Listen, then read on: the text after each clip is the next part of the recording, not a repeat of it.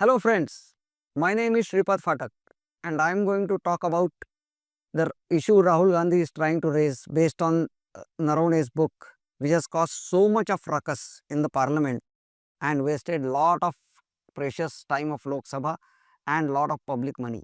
For me, actually, this is not even an issue. It's a complete non-issue like the vote chori issue Rahul Gandhi was trying to raise. But ultimately, Rahul Gandhi is Rahul Gandhi. Such an idiot. We don't even understand where does he get all these ideas from. And he really thinks that he has got some big issue where he can target Narendra Modi personally. On the other hand, I think BJP also has lost a great opportunity to hit Rahul Gandhi's full toss out of the ground. But instead of that, they just tried to focus on call it a dead ball on technical reasons. Anyway, BJP and Congress both might have their own calculations in doing so. That's not our topic today. We can discuss that at some other point in time. But today we will focus on General Naravane himself.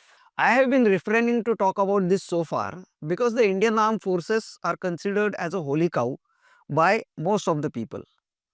So either questioning or criticizing the soldiers, the officers or the generals can be looked at as anti-national or something. Rightfully so, Indian armed forces are regarded very highly by all the patriotic people, including myself. But at the same time, our democracy gives the right to question anybody and everybody, including the politicians, the administration, the judiciary, as well as the Indian armed forces.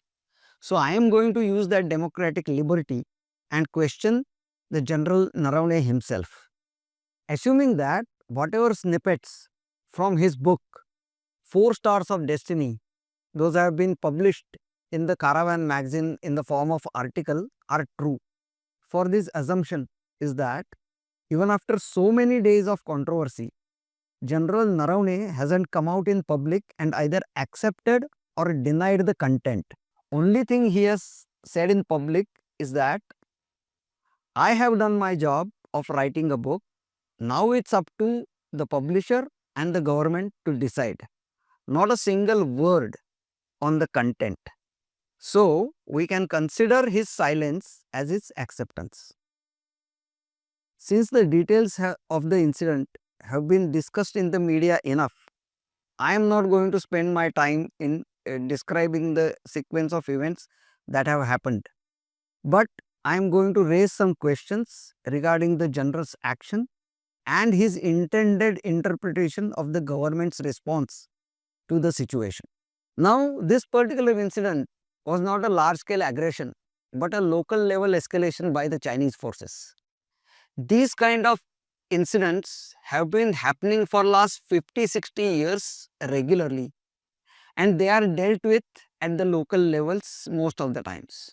Even if the local commanders in this situation might have thought it necessary to run it higher up in the chain of commands, General Naravane, having 40 plus years of experience and highly trained on tactical, strategic and diplomatic warfares, should have had a good command on handling this situation.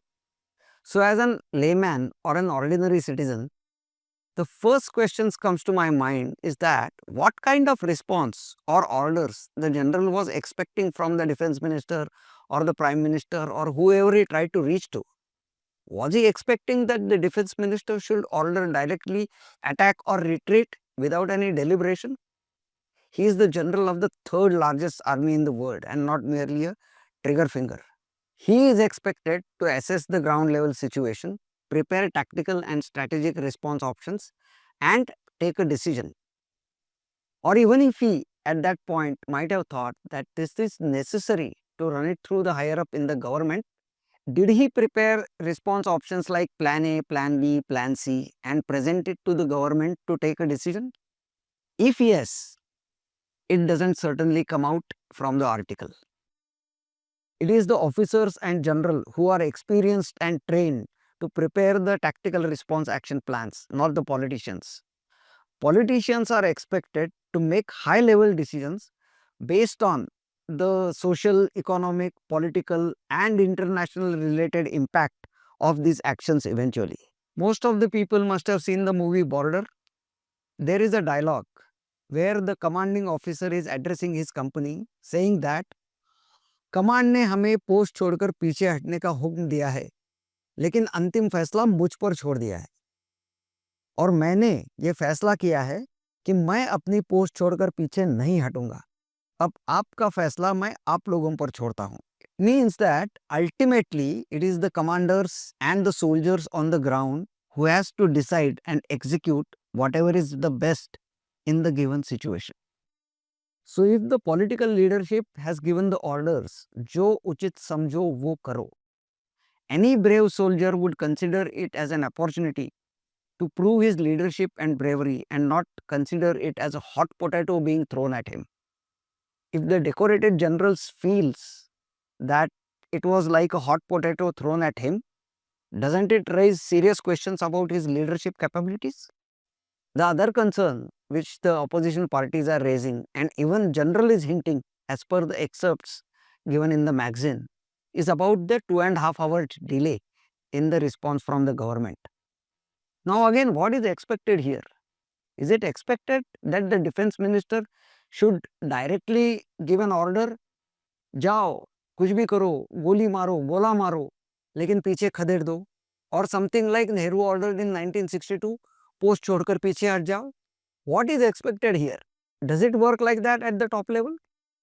Once the general has escalated a situation, the cabinet committee on the security will have to meet. Since we are not in active war with China, the external affairs ministry will have to discuss this with their Chinese counterparts. Inputs from various ministries would need to be taken, and then ultimately the cabinet committee will reach some decision. It's not simply like go and order fire. The whole process will take time or takes time. So the delay allegations also seem to be baseless. No doubt the general made the right decision in the end, asking the ground forces to make an aggressive posture and not to fire unless fired upon.